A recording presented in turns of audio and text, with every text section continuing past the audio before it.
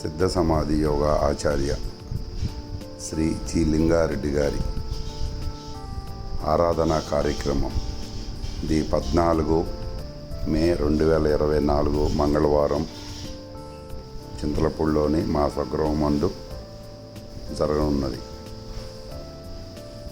కావున అందరికీ తెలియజేయడమైనది. వీరు ఎస్ఎస్వైలో చాలా సభా కార్యక్రమాలు విజ్ఞానాన్ని చాలా అందరికీ పంచారు.